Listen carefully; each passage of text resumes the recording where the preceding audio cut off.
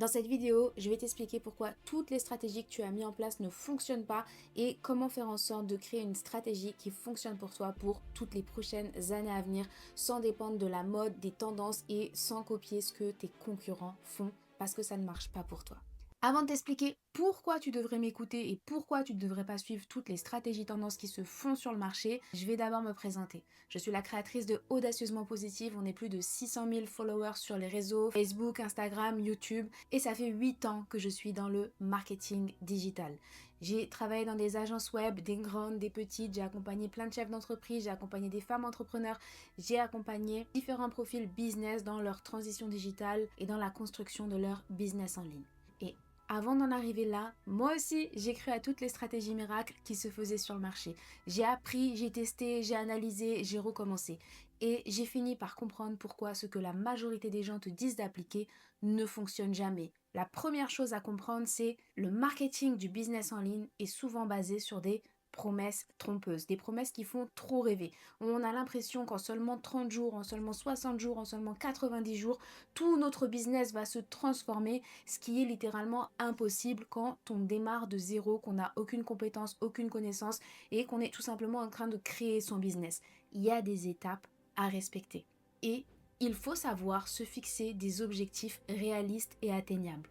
Quand tu es en train de lancer ton business, tes premiers objectifs, ça va être peut-être de te développer, d'aller chercher de la visibilité, d'aller chercher tes 2-3 premiers clients.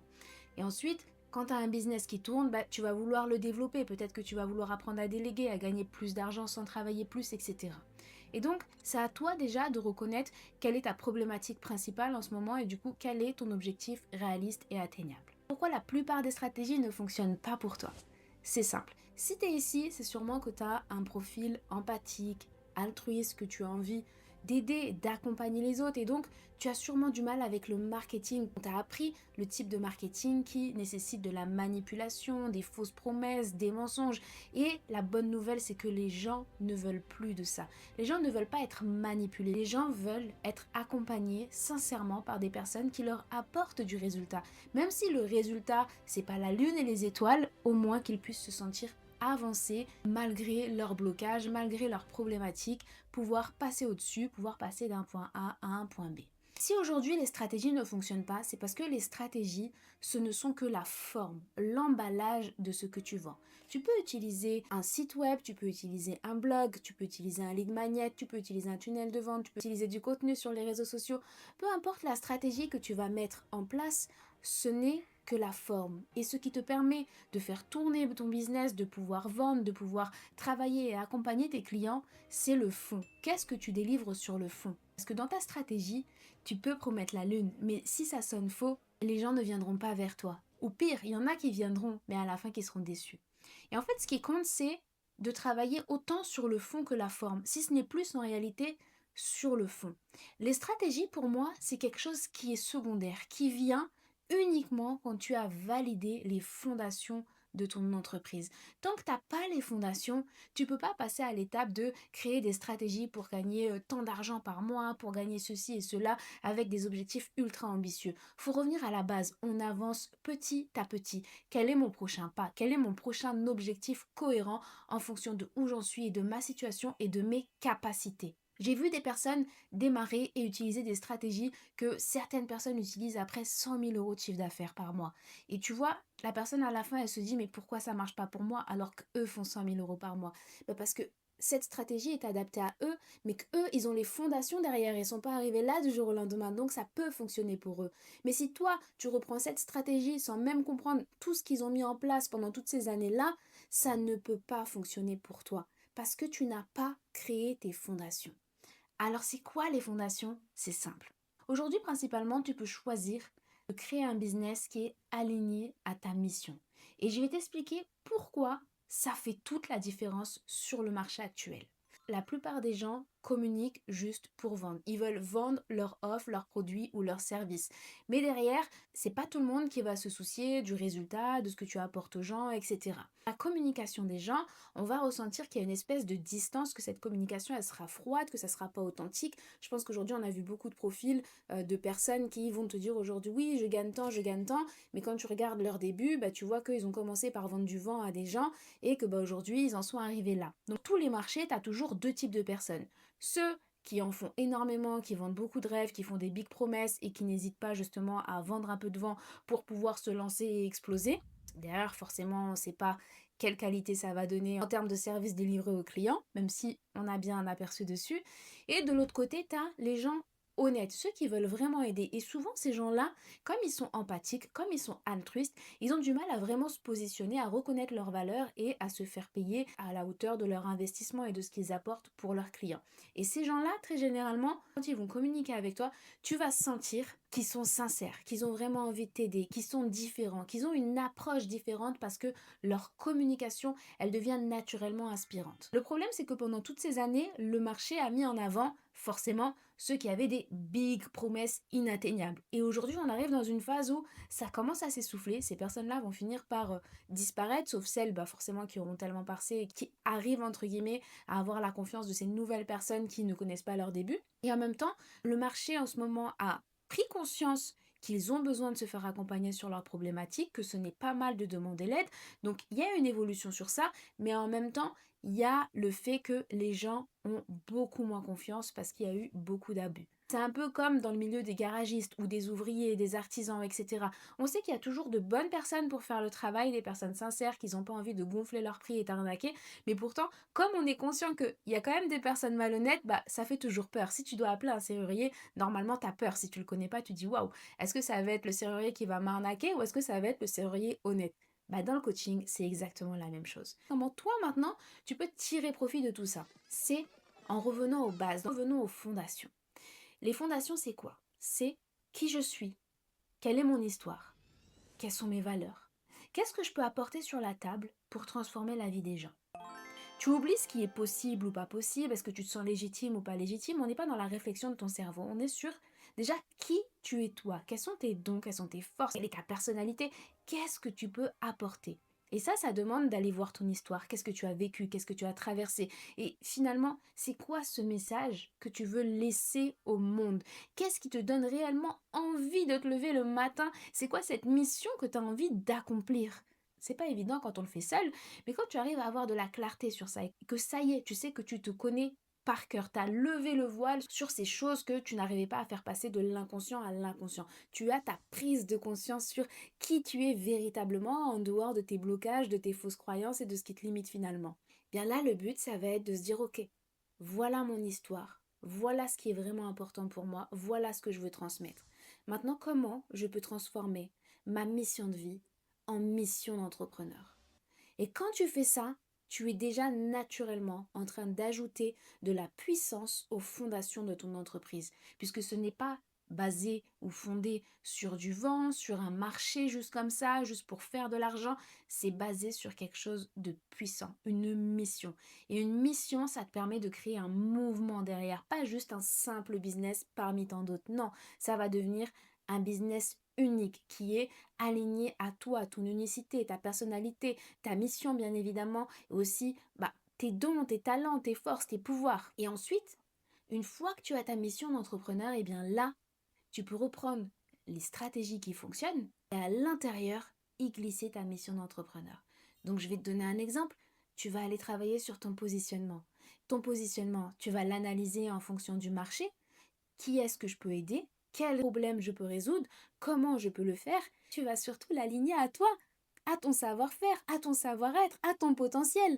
Et c'est là où tu vas faire sauter la barrière de je me sens pas légitime. Tu es parfaitement légitime parce que c'est aligné à ta mission d'entrepreneur qui est elle-même alignée à ta mission de vie, qui est elle-même alignée à ton histoire et à ton vécu.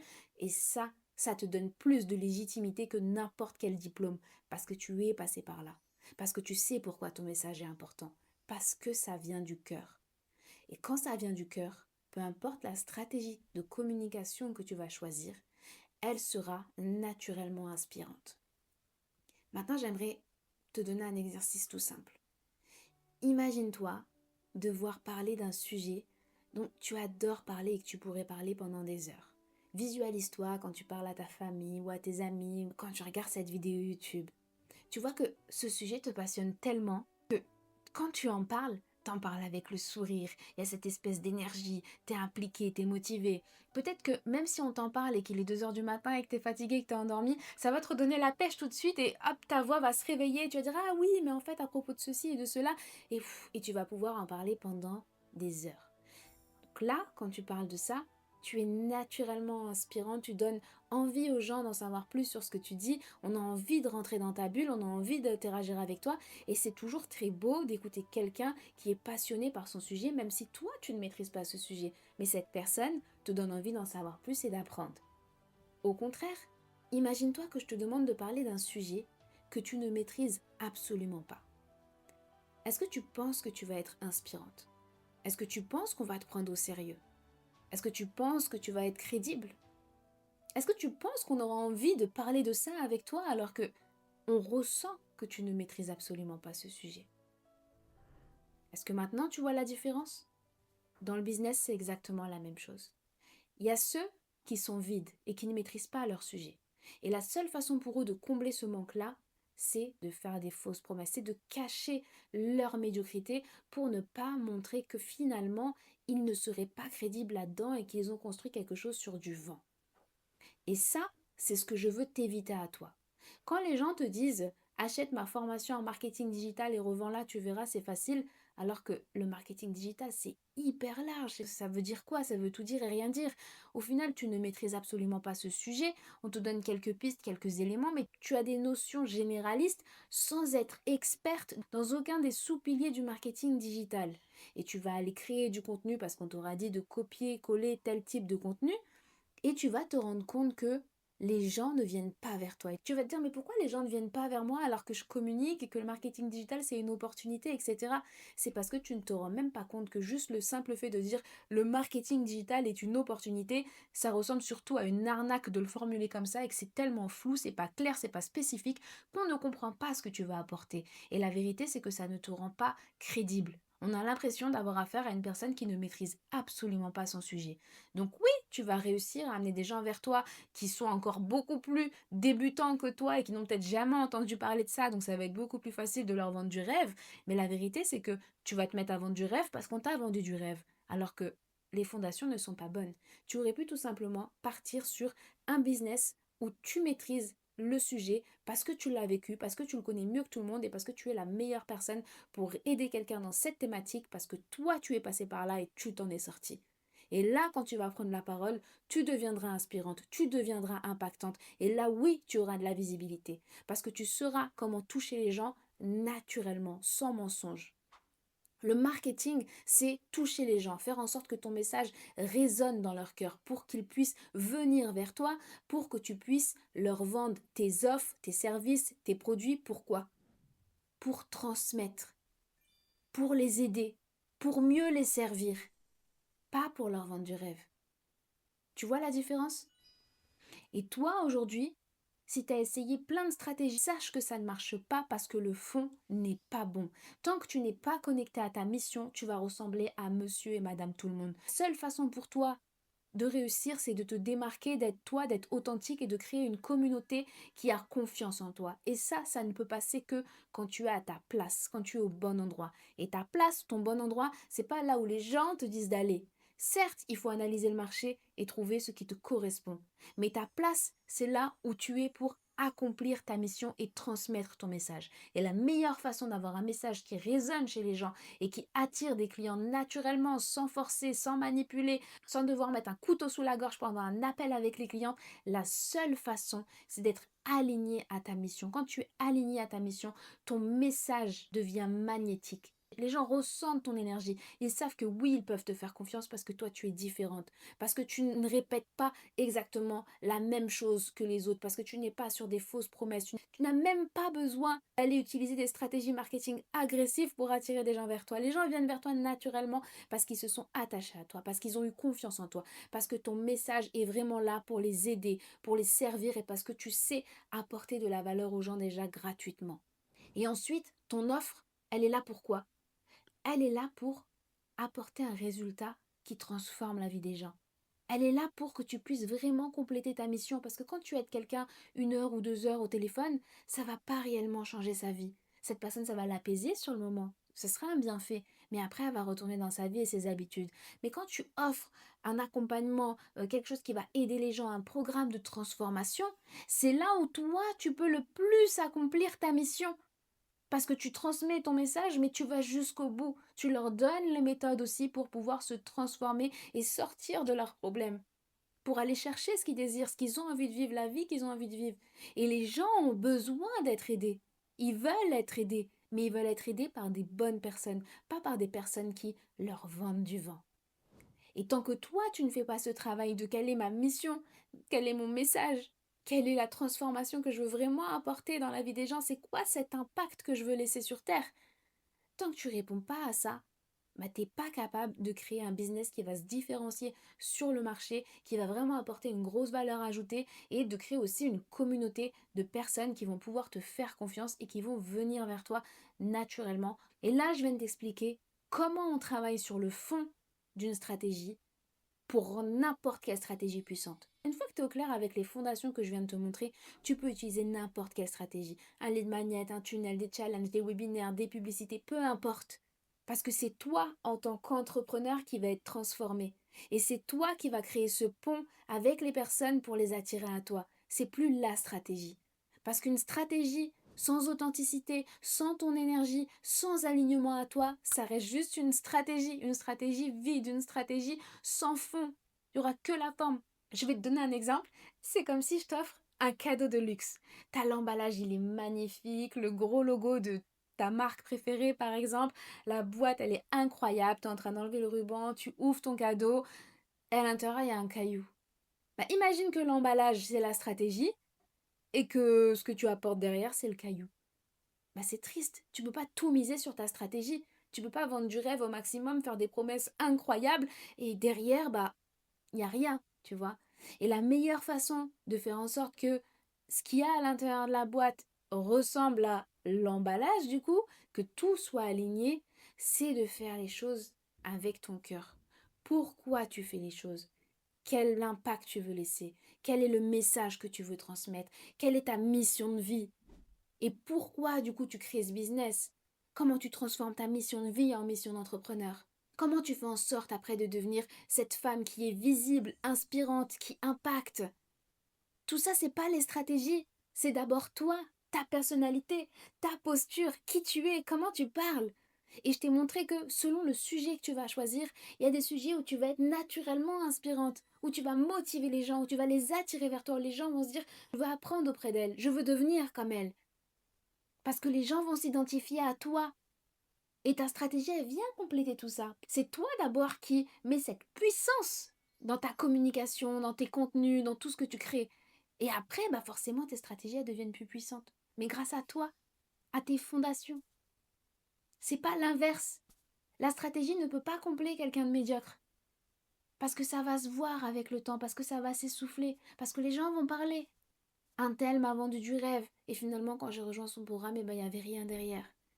Et je veux que tu saches que tu n'es pas obligé d'utiliser des stratégies agressives. Tu n'es pas obligé de faire des promesses auxquelles tu ne crois pas. Surtout pas, c'est la pire chose à faire carrément. Peu importe ce qu'on t'a enseigné. Parfois, il faut apprendre à déconstruire ce qu'on a appris dans le marketing. Et aujourd'hui, c'était le but de cette vidéo.